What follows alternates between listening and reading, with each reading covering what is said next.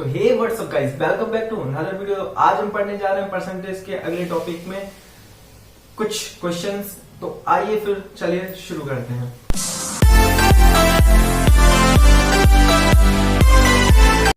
तो सबसे पहला क्वेश्चन, कुछ क्वेश्चन लिए हैं हमने, उस क्वेश्चनों के बारे में जान लेते हैं। तो पहला क्वेश्चन है, किसी परीक्षा में 80% अंग्रेजी में, किसी परीक्षा में, ठीक है, किसी परीक्षा में 80% अंग्रेजी में,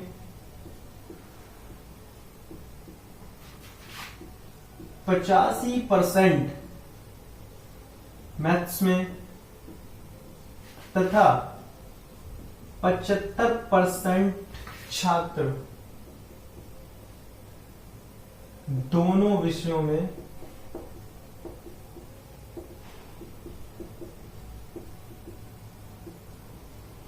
उत्तीर्ण हुए। ठीक है, अब इतने दोनों मतलब विषयों में इतने छात्र उत्तीर्ण हुए। यदि 40 विद्यार्थी, यदि 40 विद्यार्थी, ठीक है, यदि 40 विद्यार्थी इन दोनों विषयों में अनुत्तीर्ण हों, इन दोनों विषयों में अनुत्तीर्ण हो,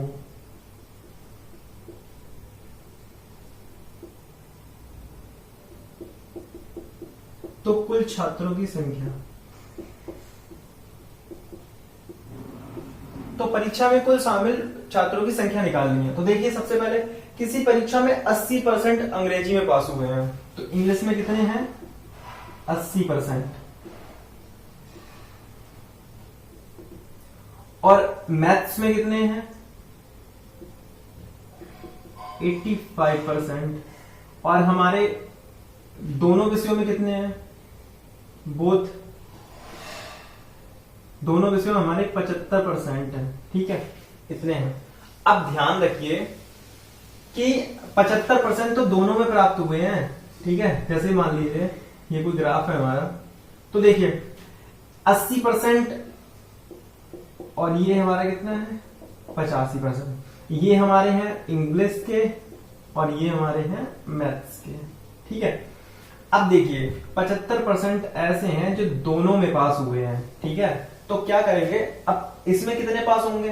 तो 80 में से अगर 75 घटाएंगे तो 5%, यानी 5% ऐसे बच्चे हैं जो सिर्फ किसमें पास हुए हैं? इंग्लिश में पास हुए हैं। और 85 में से 75 घटाएंगे तो बचेंगे 10%, यानी कि 10% ऐसे बच्चे हैं जो इंग्लिश में, सॉरी, मैथ्स में पास हुए हैं। ठीक है, तो ये हो गया। अब करना क्या है, अब वो कहता है कि यदि 40 विद्यार्थी इन दोनों विषयों में अनुत्तीर्ण हों, ठीक है, तो जो पास नहीं हुए हैं यानी जो फेल हुए हैं वो कितने हैं? 40 हैं। अब ध्यान दीजिए, सबसे पहले 5%, 75% और 10%, इतने बच्चे पास हुए हैं। तो 5% ये पास हुआ है और 75% ये दोनों में पास है और ये एक में सब्जेक्ट में पास है। लेकिन पास तो है ना, यहां बात कर रहा है कि विद्यार्थी जो हैं वो दोनों विषयों में अनुत्तीर्ण हैं। लेकिन ये बच्चे तो एक किसी ना किसी सब्जेक्ट में पास तो है ना, तो ये इनकी संख्या टोटल कितनी हो गई? तो 5 5 10, 7 1 8 और 1 90, यानी 90% बच्चे ऐसे हैं जो किसी ना किसी सब्जेक्ट में पास हैं। अब फेल कितने हुए हैं? तो भाई जब कोई चीज होती है वो 100% होती है, जब 90% पास हुए हैं तो बच्चे कितने? 10%, यानी 10% बच्चे ऐसे हैं जो फेल हुए हैं। और वही 10% संख्या क्या हो गई? 40। तो x का 10% बराबर किसके होगा? 40 के। तो 0 से 0 काट दिया। अब यहां पर 2 जीरो अपॉन में है, मतलब बटे में है, तो इधर जाएंगे तो गुणा में हो जाएंगे। तो x का मान आ गया हमारा 400, यानी 400 बच्चे हमारे क्या, मतलब कुल परीक्षा में शामिल होने वाले बच्चों की संख्या कितनी होगी? 400। समझ में आया बात? चलिए हम दूसरा क्वेश्चन लेते हैं।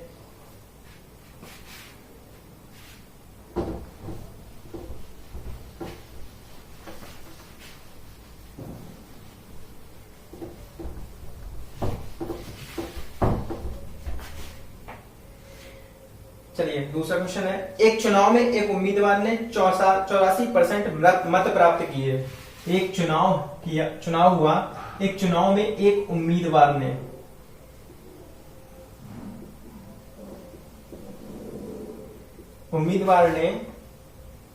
84% मत प्राप्त करे हैं।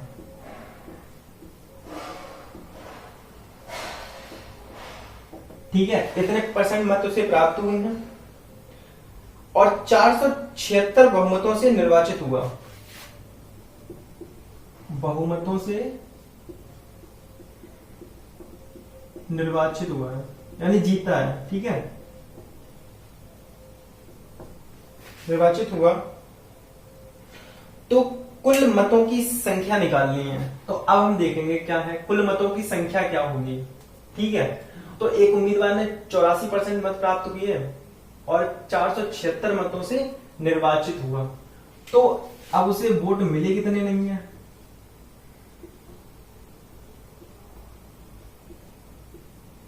तो यहां पर आया हमारा 16%।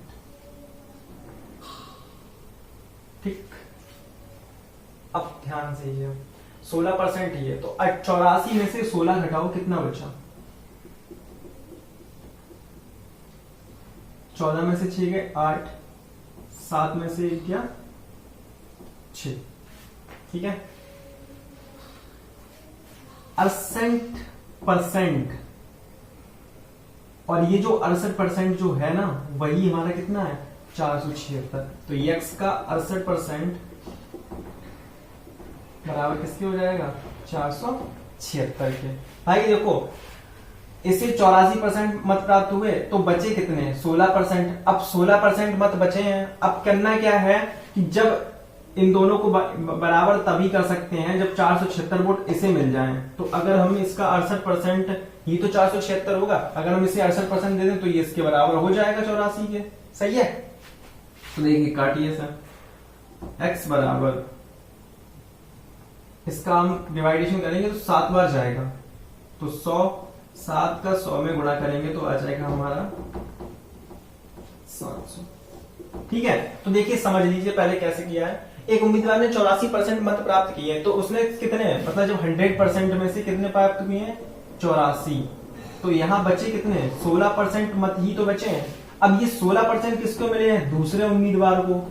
जब ये दूसरे उम्मीदवार को मिले हैं, ठीक है, अब 16% तो 476 से नहीं होंगे क्योंकि उसे भी कुछ मिले होंगे, तो 476 जो था, अब देखो 476 को अगर इससे हम दोनों को बराबर करना चाहें, दोनों को अगर हम 68 में 16 जोड़ दें तो हमें 84 मिल जाएगा। तो यही जो 68% है वो कितना है 476 के बराबर है। चलिए एक क्वेश्चन और लेते हैं।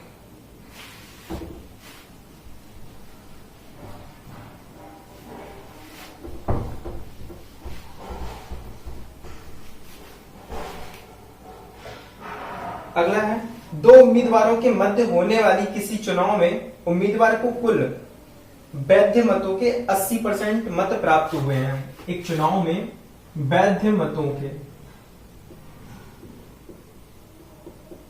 80% अंक प्राप्त हुए हैं। वैध मतलब जो मान्य है। ठीक है, वैध मतों के 80% मत प्राप्त हुए यदि कुल मत 1,80,000 पड़े हैं। कुल मत कितने हैं 1,80,000। 1,80,000 मत प्राप्त हुए हैं। मतों के 10% अवैध घोषित कर दिए गए, कि 10% अवैध घोषित कर दिए गए।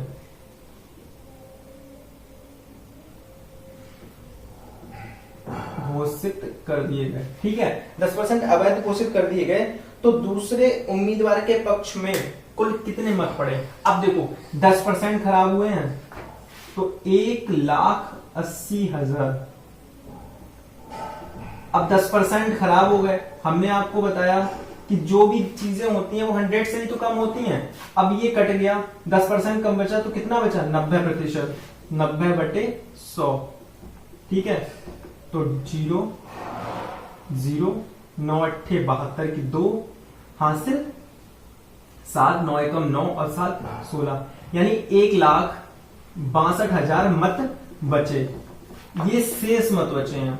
ठीक है, अब इन्हीं शेष मतों को हम मान ले रहे 100%। ये मतलब वैध मत है हमारे, कितने हैं वैध मत, ठीक है। अब सुनो, इसे वैध मत का कितना परसेंट मिला, 80%। अब इसको भूल जाओ, अभी बात करते हैं 1,62,000। अब यही हमारा 100% है, इसमें से बस 80% इसको मिले हैं, तो शेष दूसरे उम्मीदवार को कितने मिलेंगे। जब 100 में से 80 इसको मिल गए तो उसके पास बचे 20%, ठीक है। उसके पास कितने बचे 20%। तो हमें करना क्या है, 1,62,000 का 20% निकाल लेना है। एक जीरो से कटा, एक जीरो से ये कटा, तो 0, 2 दूनी 4, 2 छंग 12 और 2 एकम 2 और 1 3, यानी 32,400 मत उसे प्राप्त हुए हैं, ठीक है। तो समझ लीजिए दोबारा से क्या करना है, कुल मत 1,80,000 के 10% अवैध घोषित कर दिए गए, यानी कि खराब है, ठीक है। तो 1,80,000 का हम 10% निकालेंगे पहले। अब क्या करोगे आप, 10% निकालोगे फिर घटाओगे, तो सीधा करते हैं ना, 10% कम हुआ है तो 90 बचा, तो 90 कितना हुआ हमारे पास आ गया 1,62,000, ठीक है। अब इन चीजों से हम भूल जाते हैं, सिर्फ इससे मतलब रखते हैं, यही हमारा 100% मान लेते हैं, ठीक है। अब शेष दूसरे उम्मीदवार को कितने मिलेंगे, तो 80% तो इसको मिल ही चुके हैं बद्ध मतों के, तो 80 इसको मिल गया, 20, तो 1,62,000 का हम 20% निकालेंगे। अब इसका निकालेंगे वैध मतों का, ना कि इनका, क्योंकि इसमें अवैध भी है, ठीक है।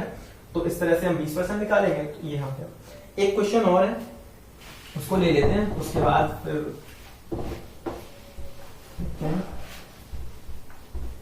चलिए नेक्स्ट क्वेश्चन है। एक कॉलेज में हुए चुनाव में उम्मीदवार को 62 मत प्राप्त हुए। चुनाव में उम्मीदवार को 62% मत प्राप्त हुए हैं, ठीक है। और उसे 144 मतों के अंतर से चुना गया, उसे 44 मतों के अंतर से चुना गया,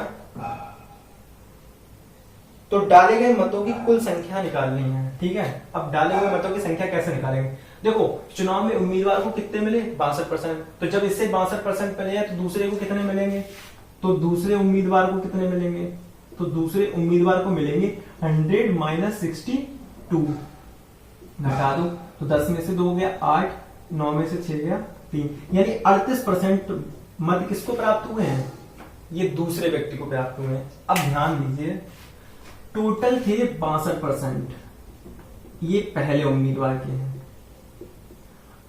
दूसरे उम्मीदवार के मिले हैं 38%। एक बात बताइए, अगर हम दोनों को बराबर करना चाहें तो हमें क्या करना पड़ेगा, हम कितने जोड़ दें ये दोनों आपस में बराबर हो जाए, तो इन दोनों के बीच का अंतर तो 12 में से 8 गए 4 और 5 में से 3 गए 24% का ही तो अंतर, ठीक है। कितने परसेंट का अंतर है, 24% का अंतर। और यही जो 24% है वो जीता कितने मतों से है, 144 मतों, तो ये 24% किसके बराबर है, 144 के, यानी यक्स का जो 24% है 24/100 बराबर किसके हो जाएगा, ये हो जाएगा 144 के, ठीक है।